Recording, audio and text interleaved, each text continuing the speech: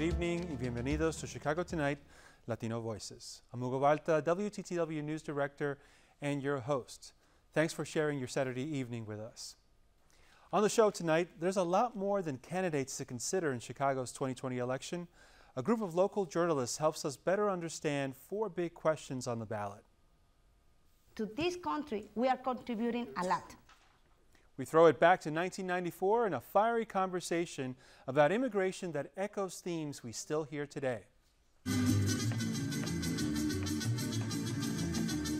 WTTW News reporter Patty Wetley on how Pilsen residents are putting the element of community in this community garden. There's a tour guide who's explaining what you're looking at. I'm really looking forward to this story. Arts correspondent Angel Edu takes us inside a Day of the Dead exhibit that's an especially timely display this year. You cannot do that at home because it's going to start the alarm. And if you're looking for some culinary and cultural inspiration, you won't want to miss my visit to Una Cocina Peruana. Believe me, ese segmento está para chuparse los dedos. But first, this week's top stories. Thursday night, President Donald Trump and Democratic rival Joe Biden faced off for the second and final time. Among the subjects the candidates sparred over was immigration policy. Moderator Kristen Welker asked President Trump about reports that his administration has not been able to locate the parents of over 500 migrant children who were separated from their families in 2017. Children are brought here by coyotes and lots of bad people, cartels, and they're brought here, and they used to use them to get into our country. Do you have a plan to reunite the kids? Yes, we're working on it we're trying very hard. But a lot of these kids come out without the parents. They come over through cartels and through coyotes and through gangs. And Welker asked the former vice president to answer for the Obama administration's failure to deliver on their promise on immigration reform. We made a mistake. It took too long to get it right. It took too long to get it right. I'll be president of the United States, not vice president of the United States. And the fact is, I've made it very clear. Within 100 days, I'm going to send to the United States Congress a pathway to citizenship for over 11 million undocumented people. And all of those so-called dreamers, those DACA kids, they're going to be immediately certified again to be able to stay in this country. The pandemic has left a spire-sized hole in the city budget, and Mayor Lori Lightfoot has proposed a mix of solutions to make up for the massive shortfall. Among them is a $76 million property tax hike, the elimination of nearly 2,000 city jobs, and a dip into the city's reserve fund. Here's a bit of what the mayor told our parish shuts on Chicago Tonight. Let's face the facts. Our economy has been devastated. We've been very clear from the moment I stepped up at the end of August and talked about the kind of choices that we needed to make. The plan also calls for a gas tax hike of 3 cents a gallon. Critics say the mayor's proposed tax increases would hit Black and Latino Chicagoans the hardest. As a new wave of COVID cases sweep over Chicago, Mayor Lightfoot is cracking down. This week, she announced the non-essential businesses will have to shut down at 10 o'clock in the evening, and bars without food licenses will no longer be able to serve customers indoors. The mayor says these and other steps will remain in place for at least 2 weeks. And for the latest news and information on any story, check out WTTW.com/news. Up next, a look at what's on the ballot besides the candidates. Chicago Tonight, Latino Voices is made possible in part by CIBC.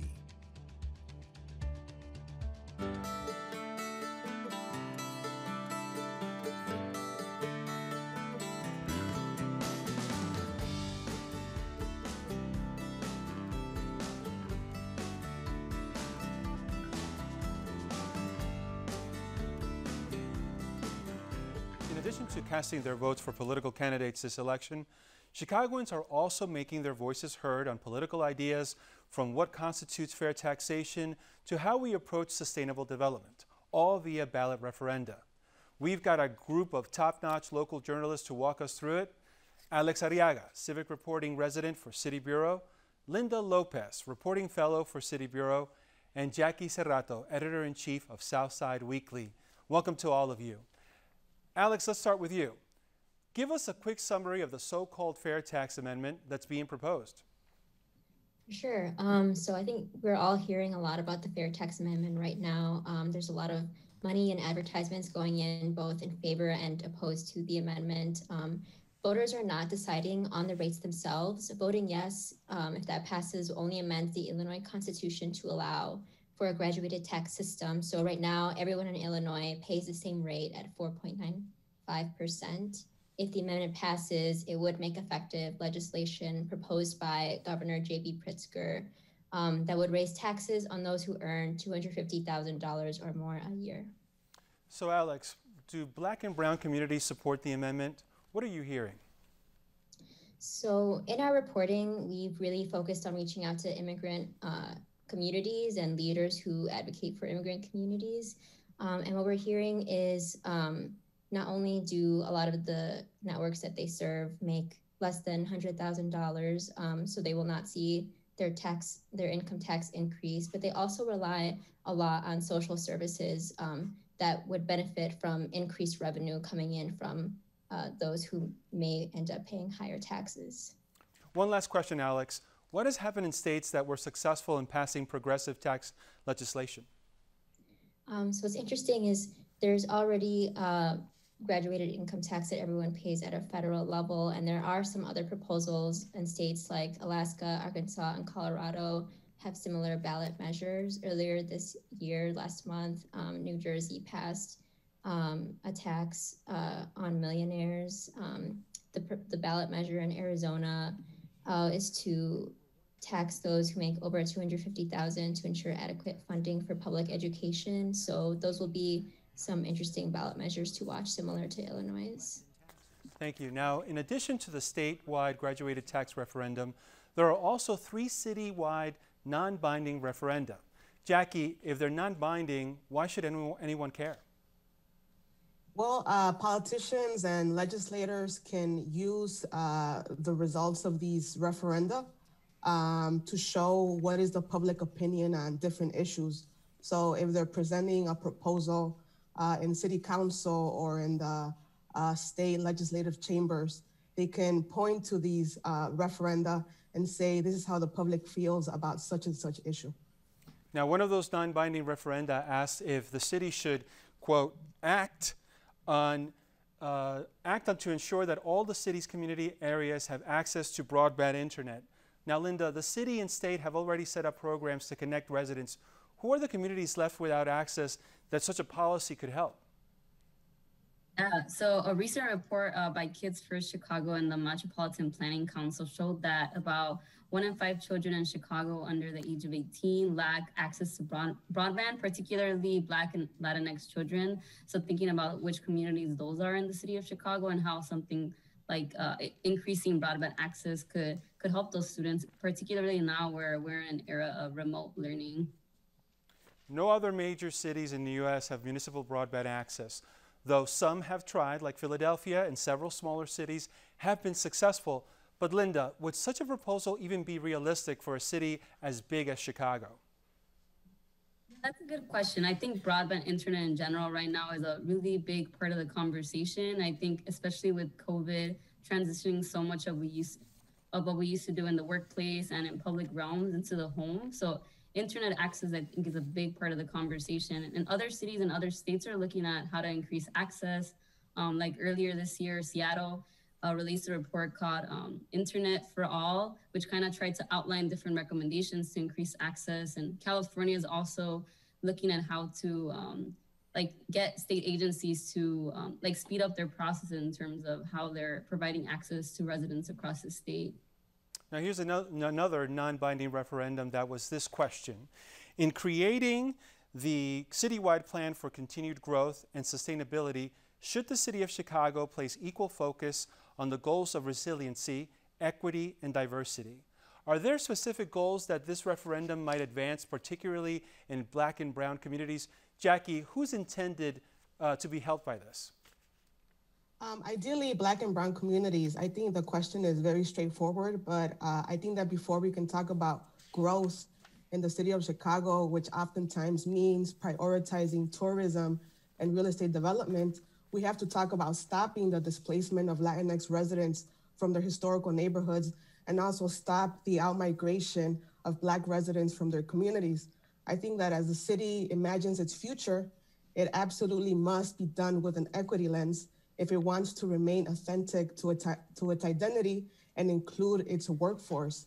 I think that all cities and governments, as they develop, should build in a way that is inclusive of all its communities and its most vulnerable residents. For certain, inclusivity is key to success.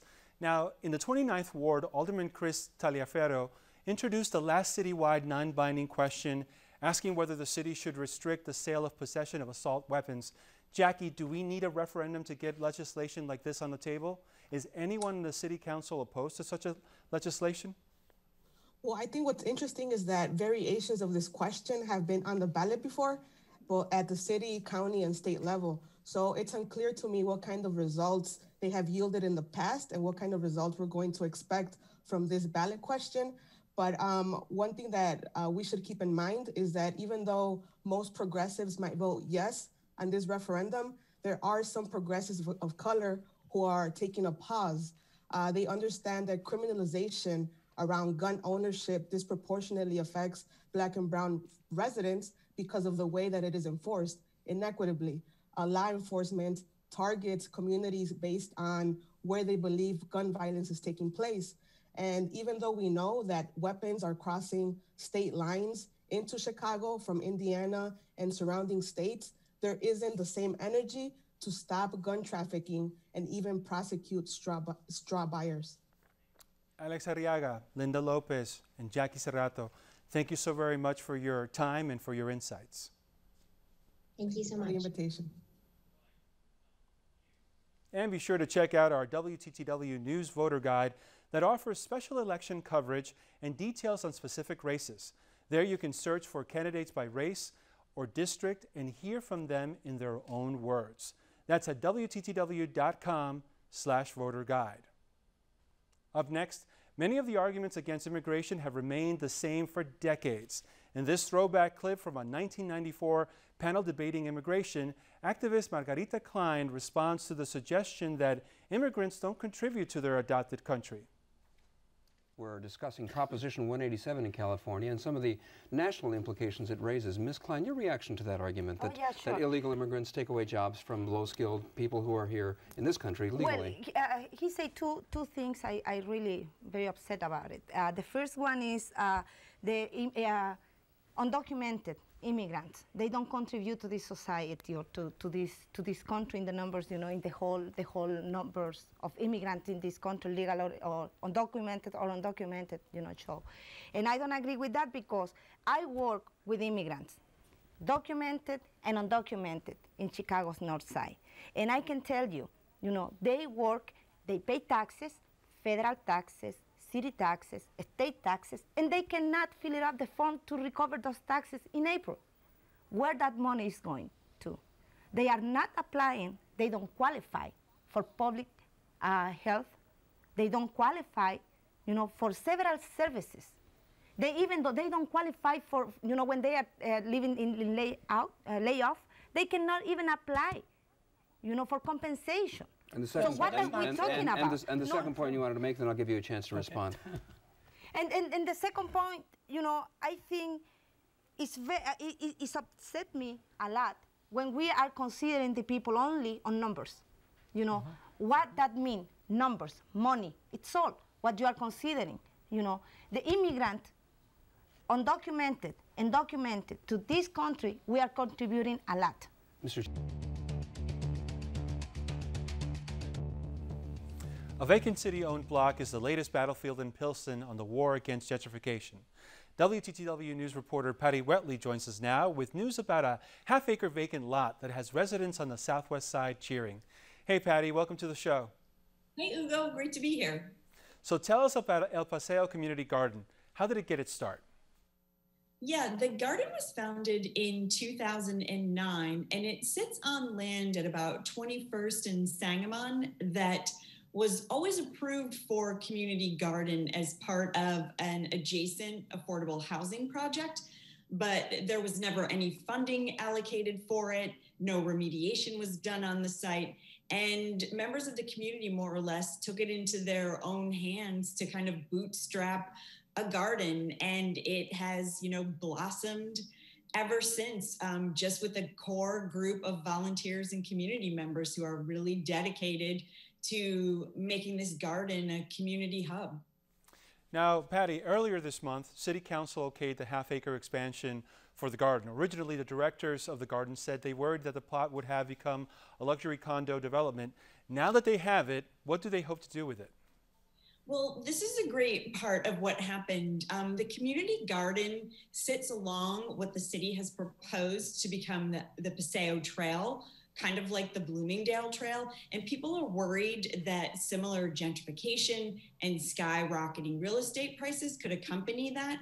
So this half-acre lot that was owned by the city was sold to Neighbor Space for $1 in a land trust. And now El Paseo can dream about what they want to do. They're kicking off a community-driven process to ask folks to contribute their ideas for what they want to see, whether it's a nature play space for children, whether it's a farm incubator. You know, dream big. Since this land is now in trust, they can make of it whatever the community wants it to be. Well, we will certainly look forward to see what develops there. Thank you so much, Patty. Happy to finally have you on the show. Yeah, thanks, Hugo. Great to be here.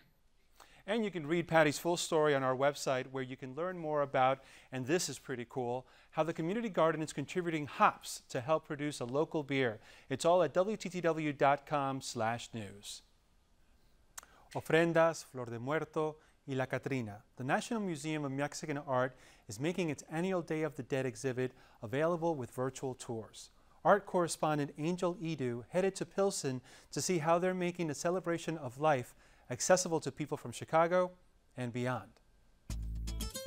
It's like a big family reunion, and it includes those who are no longer living. In its 34th year, the Dia de los Muertos exhibition at the National Museum of Mexican Art wants the public to know that while they're honoring loved ones lost due to the coronavirus, the holiday is always about a celebration of life. On November 1st and November 2nd, in Mexican communities, we welcome back our dead and we keep them alive so that the next generation can know them. We say their names, we talk about what they did, we acknowledge them, and in a very beautiful way, their oral story is passed along. The exhibit would normally feature authentic artwork from artists from Mexico, including traditional ofrendas or altars. This year, the artwork comes from both the museum's personal collection and local artists. Offer goodies and photos and all kinds of things to the beloved souls of the dearly departed that we're welcoming home. They have a lot of symbolism, and they have a lot of key elements that are always a part of every ofrenda. Glasses of water, candles, cempasúchil flowers, sugar skulls, food.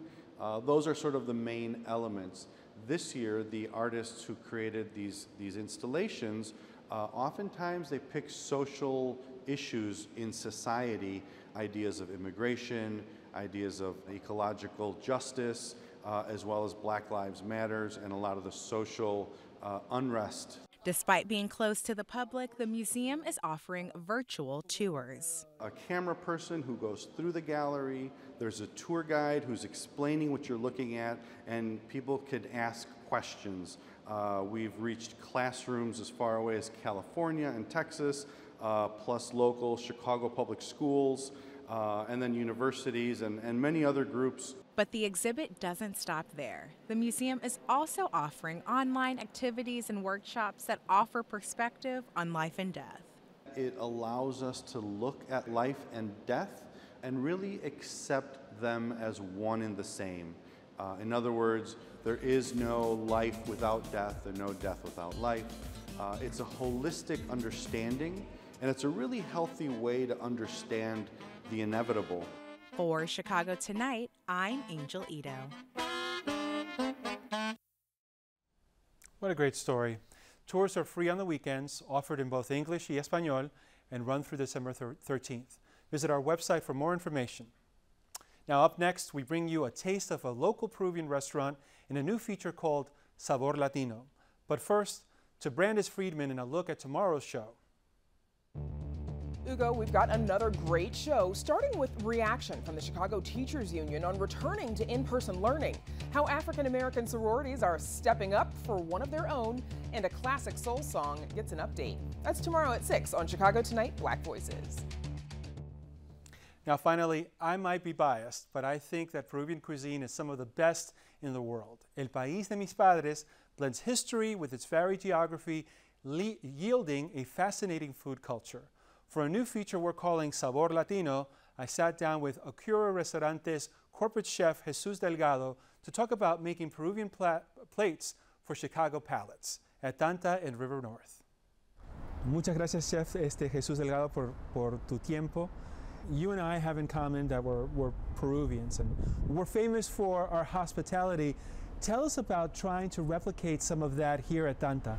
Well, yes, we are famous for hospitality. When we met, we just want to eat also. So when we are having breakfast, we are thinking in what we're going to have for lunch. When we're having lunch, we're thinking we're going to have for dinner. So we are thinking in food all the time, and that's the part of sharing for us, right? Like sit at a table, have a nice talk, eat good food, and that's how our hospitality, right? You mentioned Tanta. It's a word in Quechua, de los Incas. Yes, sí, Tanta es en Quechua. Compartir significa pan, pero más que pan es el share at the table, right? And that's how we eat, no? Here at Tanta, sharing plates and all that. Big portions for people to share and sample the cuisine. Yeah. You grew up near the beach, and you have one of the most popular dishes in the Peruvian cuisine is ceviche. Tell us a little bit about living in Peru and what ceviche and growing up by the ocean means to you.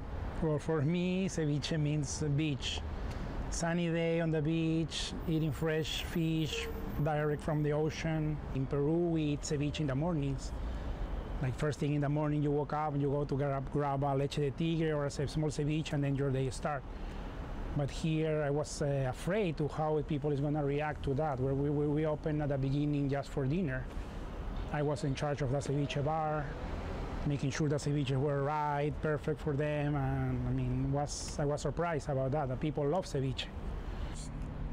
One of your favorite dishes is lomo saltado that has Chinese influence. Let's talk a little bit about the diverse cuisine in Peru. Well, we have so many influences. The first one's African and Spanish. So with the African influences, with our anticucho, beef heart anticucho, born with the Spanish, the arroz con mariscos came from the paella. And the biggest influence, Chinese and Japanese. Actually, my grandfather is Chinese. That's why maybe it's my favorite dish, the lomo saltado. I grew eating from the wok. I was lucky to have a wok on my kitchen in Lima. So I grew eating that kind of flavors in my childhood. So. We're in the middle of a pandemic. It's been mostly very difficult in the service industry. What have you been doing here to keep patrons healthy and safe as they're enjoying your food? Well, we're following all the protocols first. It's hard to work now. We were closed for 3 months during the pandemic, the first months. We were doing just delivery, but now we are learning. It's like nobody knows about this, so we are learning. We're trying to keep the separation at the table. We're trying to, we're working with less people in the kitchen to keep also less people in the downstairs. But yeah, we're learning. It's tough.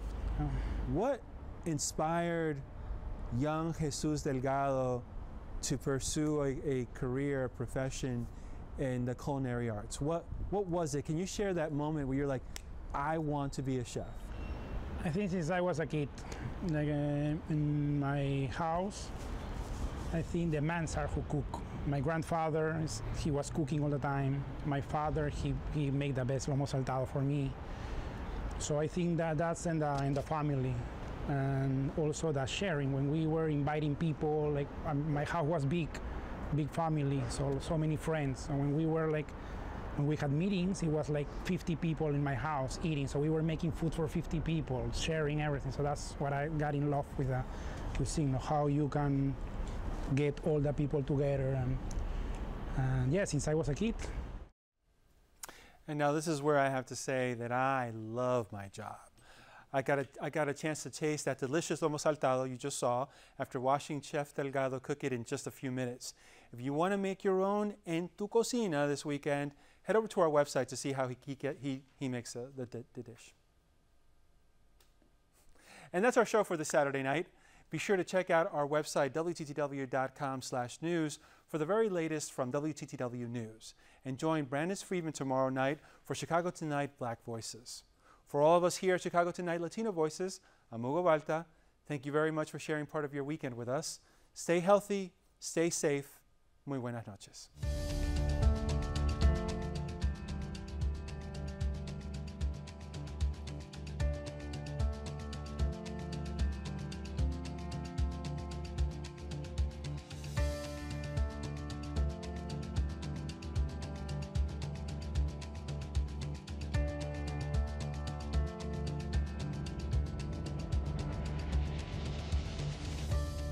Closed captioning is made possible by Robert A. Clifford and Clifford Law Offices, representing dozens of families in the crash of a Boeing 737 MAX 8 jet.